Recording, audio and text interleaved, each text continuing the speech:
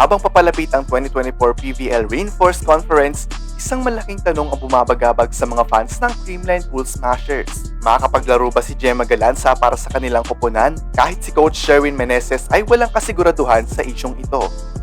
Tinawag si Galanza para sa Alas Pilipinas upang maglaro sa 2024 FIVB Women's Challenger Cup ngayong Hulyo at sa 2024 Southeast Asian V-League sa Agosto. Dahil dito, ang status niya para sa Pool Smashers ay naging palaisipan. Sa ilalim ng mga patakaran ng FIVB, ang mga manlalarong kalahok sa national team ay kailangan di magpahinga mula sa kanilang club team sa panahong iyon.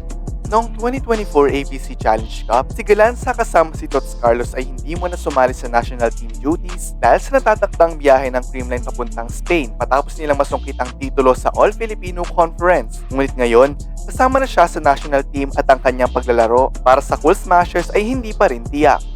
Inalay ng PVL ang kanilang schedule sa FIVB calendar na tumatakbo mula May 16 hanggang October 15, 2024. Sa ganitong sistema, maaaring hindi makasama si Galanza sa Reinforced Conference. Wala pang final pero sa pagkakaalam namin, hindi siya makakalaro sa amin. Pero di pa naman final, so kami rin naghihintay ng desisyon, sabi ni Meneses sa mga reporters noong Day 2 ng PVL Draft Combine. Si Galanza ay naging mahalagang bahagi ng championship dynasty ng Creamline Pool Smashers sa PVL. Siya ay nag-earn ng Finals MVP plum sa pinakahuling titulo ng team. Kung mawawala siya, malaking kawalan ito sa kanilang kampanya. Ngunit hindi pa rin sumusuko ang koponan sa pag-asa na makakapaglaro siya. Kahit nawala na si Galanza, determinado ang Pool Smashers na makuha ang isa pang championship. Nakapagdagdag sila ng American import na si Erica Staunton na inaasahang magbibigay ng malaking tulong sa koponan. Si Staunton ay kilala sa kanyang versatility at lakas at inaasahang magiging malaking asset para sa Creamline ngayong season. Habang naghihintay ng final decision tungkol kay Galanza, patuloy ang Creamline sa kanilang paghahanda. Patuloy silang nagpa-practice at pinapalakas ang kanilang team chemistry. Ang kanilang determinasyon na magtagumpay ay hindi natitinag at handa silang mag-adjust sa anumang magiging resulta.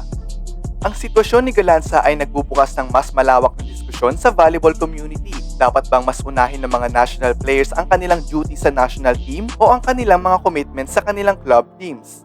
Ang pag-align ng PVL schedule sa FIVB calendar ay nagpapakita ng pagsuporta sa national team. Ngunit paano naman ang mga epekto nito sa performance ng mga club teams na umaasa sa kanilang star players?